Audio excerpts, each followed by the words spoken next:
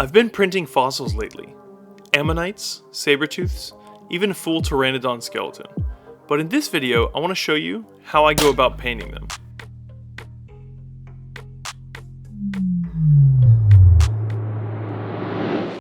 It's been a while since I uploaded a video here, but I've been busy behind the scenes. I got a new printer and fell down a rabbit hole for the past 2 months on printing and designing models.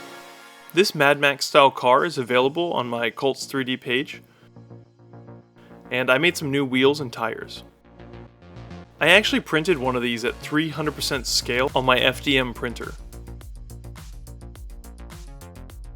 Oh, and I made these little guys too. Anyway, today's video is about the Sabertooth skulls, designed by MakerBot and free to download, link in the description. I primed these with a rattle can filler primer to knock the layer lines effect back a little bit. I'm going to do 2 different color schemes. One will be a brown and tan, and the other will be black. I wanted to try the current line of Holbein acrylics, as my favorite Aeroflash range has been discontinued. This one's called Ink, and there's a slightly heavier bodied line called Fluid. I mixed up my first colors with a bit of Vallejo Flow Improver and Airbrush Thinner, and sprayed the first skull.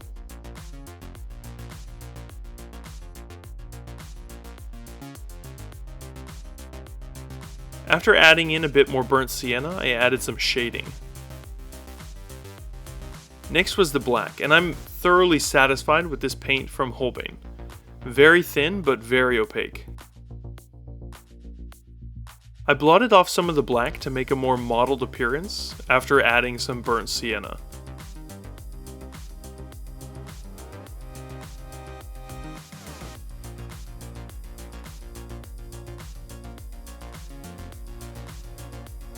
For the teeth, I base coated them in an off-white and sprayed some yellow-orange around the base. These paints came out very good and surprisingly matte.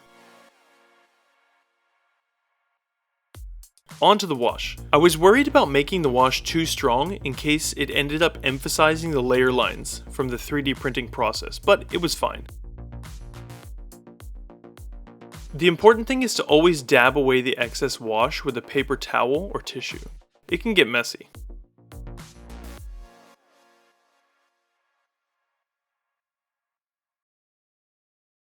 I let the wash stay a bit heavier on the fangs as they were pretty bright.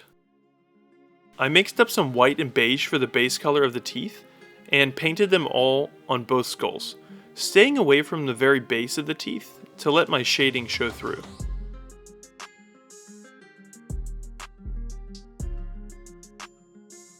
The teeth got a wash as well, mixed with a little more red and brown.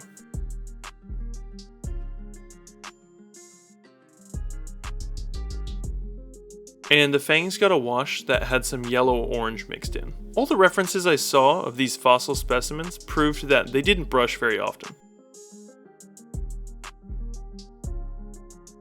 I popped in the fangs and glued them in place with super glue before giving the skulls some dry brushed highlights.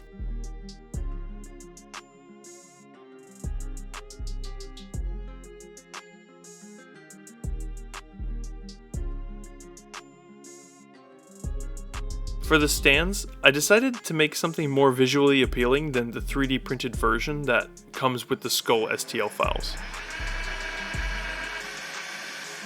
I drilled into these tropical hardwood blocks and pressure fit some 3mm brass rod. The skull itself has a mounting hole that's 5mm square, so I used some styrene of that dimension as a plug on the end of the brass rod. I very carefully drilled out the center of the styrene and pressure fit that on as well.